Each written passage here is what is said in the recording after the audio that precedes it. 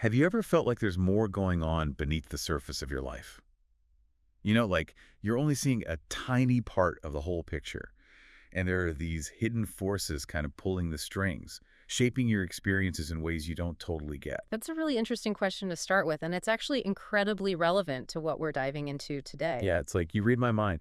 We've got some really interesting material to go through that looks at how these ideas, these concepts that we often think of as spiritual, can actually give us some amazing insights into how the world actually works. And maybe even more surprising, maybe even offer a new way to look at something as practical, as down to earth as the world of business. Exactly. We're going to start by exploring what our sources describe as the underworld and Yeah. these like fundamental primal forces. Right.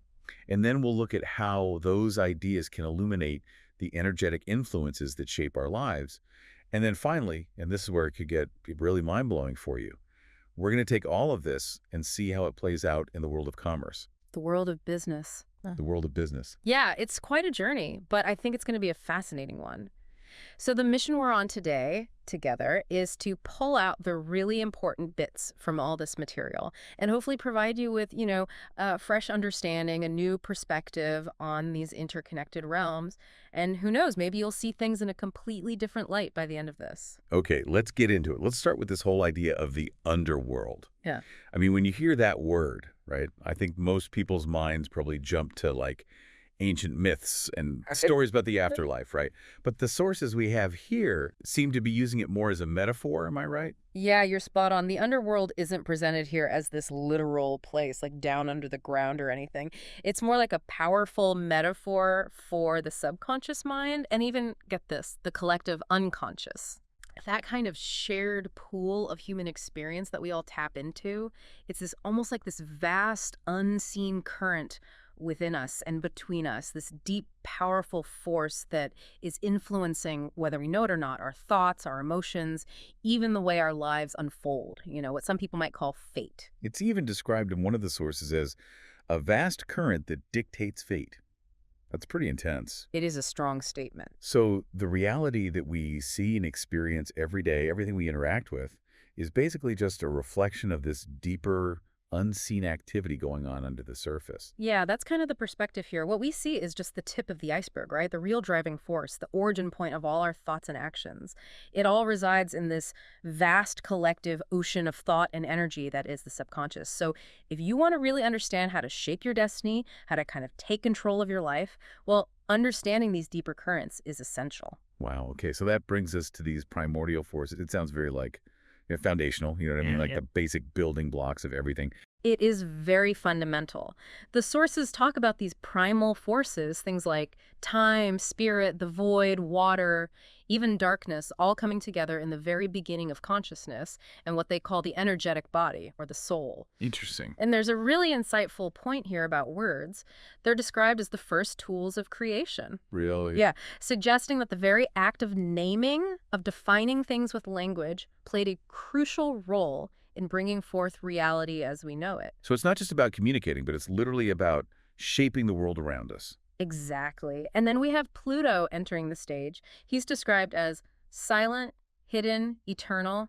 He's the one overseeing this whole process of transformation, governing the balance between creation and destruction, and shaping these invisible realms of consciousness. So it's not like a good versus evil kind of thing. No, it's not about that. It's more about this never-ending cycle of change, of death and rebirth that's at the core of everything. And this has really big implications for us, for how we live our lives. In what way? Well, if everything's in constant flux, if the universe is always transforming, then resisting change in any area of life, whether it's personal or professional, it's basically like swimming against a really powerful cosmic current. Makes sense.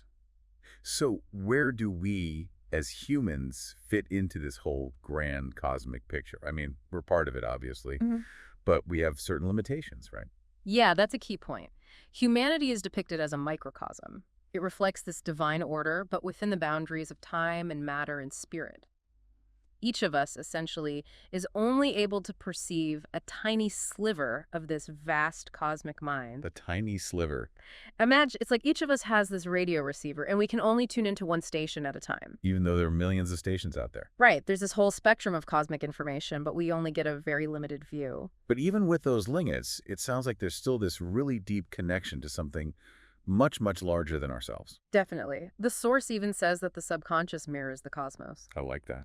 And this idea of a firmament, this boundary between the material and the immaterial, is really important here.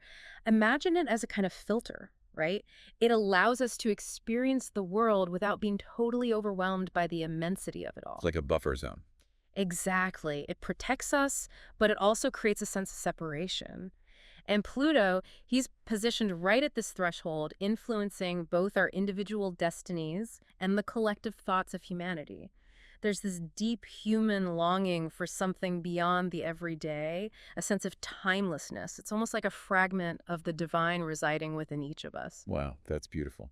Okay, so Earth itself, it's not just a passive stage for all this to happen on, is it? It Right. sounds like it plays an active role. Absolutely. Earth is described as this convergence point, the cradle of consciousness. It's where all these cosmic energies come down and meet the physical world. Where spirit and matter come together. Exactly. And it's not just about nurturing consciousness. It's also, as you said, binding the soul to the material realm through this firmament. Right. And Earth, it seems, is deeply connected to Pluto, acting as a channel for these unseen forces that are shaping our minds and our world. It's like the Earth is the stage for this cosmic drama. Huh. And we're not the only actors, are we?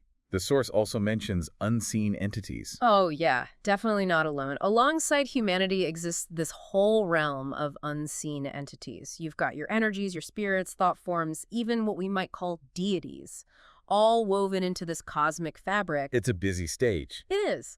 But it's important to note, the source makes a point of clarifying that these deities aren't necessarily figures to be worshipped. Right. They're more like agents of cosmic transformation, like intermediaries in this grand interplay of forces. So it's all connected, right? This immense web of interwoven energies.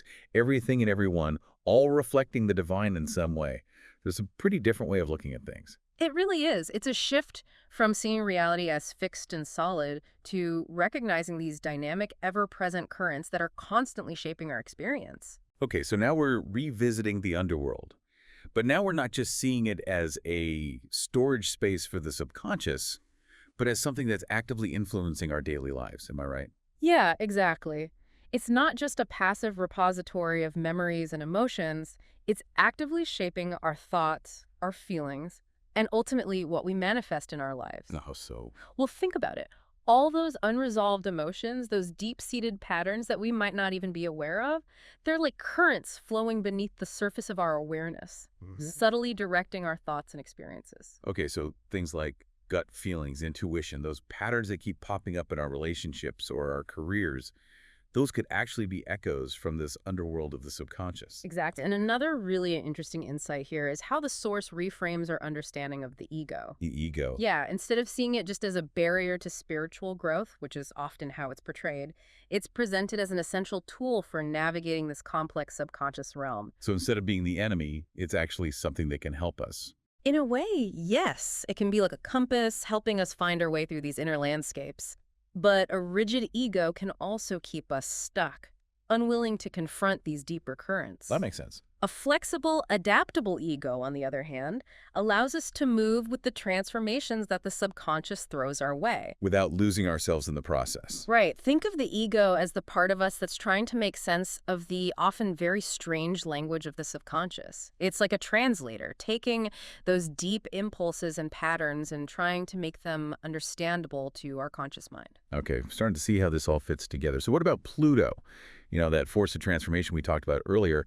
How does that play into all these energetic influences in our daily lives? Well, Pluto is this constant force of deep change, right? Always operating in the background, governing those cycles of endings and beginnings that we all experience. And it's not always comfortable because, as the source puts it, Pluto forces the unseen into the scene. Whether we're ready or not. Exactly. So those unexpected disruptions, those times when things fall apart, those could be Pluto's energy at work, pushing us towards some necessary evolution. Well, that's interesting. So resisting it just makes things harder. Often, yes. Resisting that Plutonian energy can lead to a lot of struggle and stagnation. But if we can learn to accept it, even embrace it, then we can flow with these inevitable shifts, these changes. Because what looks like destruction on the surface is actually a necessary step for something new to emerge. Right, it's like clearing the ground for new growth. I like that. So what about Earth? Earlier, we talked about it as this grounding force in the spiritual realm. Does it play a similar role here in terms of these energetic influences? Definitely. Think of it this way. Pluto provides the energy for transformation. Earth provides the container, the structure that allows that change to happen without everything falling apart. A safe space for change. Exactly. It absorbs, it processes, and integrates these powerful energies. And that gives us a sense of stability and continuity, even when we're going through major personal or collective shifts. Right, that makes sense. So all these elements, the subconscious, the ego, Pluto, Earth, it's all connected within that web of interwoven energies. See? Precisely. This isn't just theoretical. All these forces, our thoughts, our emotions, the events that happen around us, even those unseen entities, it's all intricately linked. Like a giant interconnected system. Exactly. And these forces, they can be personal, coming from our own experiences, or collective, reflecting the shared consciousness of humanity, or even cosmic, operating on a scale we can barely even comprehend. Wow. And this interconnectedness, it manifests in so many ways. From the patterns we see repeating throughout history to those flashes of insight, those intuitions that we get, it's a completely different way of seeing reality. Not as something fixed and static, but as this constant unfolding, this dynamic interplay of forces. That's amazing. Oh, It makes you think about how we interact with the world in a whole new light. Like there's this entire energetic dimension that's operating beneath the surface of everything. And if we can learn to tune into that, to become more aware of those dynamics, maybe we can navigate life with more awareness and intention. absolutely. And that brings us to, perhaps surprisingly, the world of business. Okay, let's talk about business. This is where things get really interesting It does get interesting. because you're talking about business as a living consciousness. That's a pretty radical idea, right? It is. I mean, we typically think of a business as a separate entity, a structure for making a profit. Right, but the framework we're looking at here suggests it's much more than that. It suggests that a business has its own form of consciousness, and it evolves alongside the people who are involved in creating and running it. It's not this static machine, but a dynamic, organic force. A living, breathing thing. Exactly. And it has its own rhythms, its own cycles of growth and change, even destruction of old forms to make way for the new. Fascinating. So starting a business is not just a strategic thing. It's like entering into a relationship with this living entity. That's a great way to put it. It demands your attention, your energy, your vision. It's like nurturing a living being. And importantly, the source emphasizes that a business has this inherent ability to transform its creator. Oh, interesting. It acts as a crucible, revealing your strengths and weaknesses and pushing you to evolve into a more capable individual. It's a real partnership with a force that has its own needs, its own momentum, its own direction. So the early stages of starting a business, this is where the descent comes in, right? That journey into the underworld we talked about earlier. That's a powerful analogy. Starting a business is often romanticized, but it's also a journey into the unknown, For sure. a realm where certainty dissolves and illusions are stripped away. And it's not just about financial risk, it's a deep exploration of your own identity. You're forced to confront your limitations. Exactly. Your fears, your doubts, all of that comes up, and the business itself becomes a mirror, reflecting those hidden aspects of yourself that might be holding you back. So all those challenges, the failures, the obstacles you face in building a business, it's not just bad luck. It's the business showing you what you need to work on within yourself. That's the perspective being offered here. And just like in our personal lives, Pluto plays a big role in this transformative process within a business. It breaks down, dismantles what's no longer serving the business's growth, outdated habits, beliefs, strategies. So the people who try to resist that energy, they end up struggling more. Often, yes, they're fighting against the natural flow of things. But those who embrace the process, who are willing to let go of what's no longer working. That's where the real growth happens. Right, exactly. It's like clearing the way for something new and powerful to emerge. The source calls the business an altar of experience. It's this intense initiation that demands sacrifices.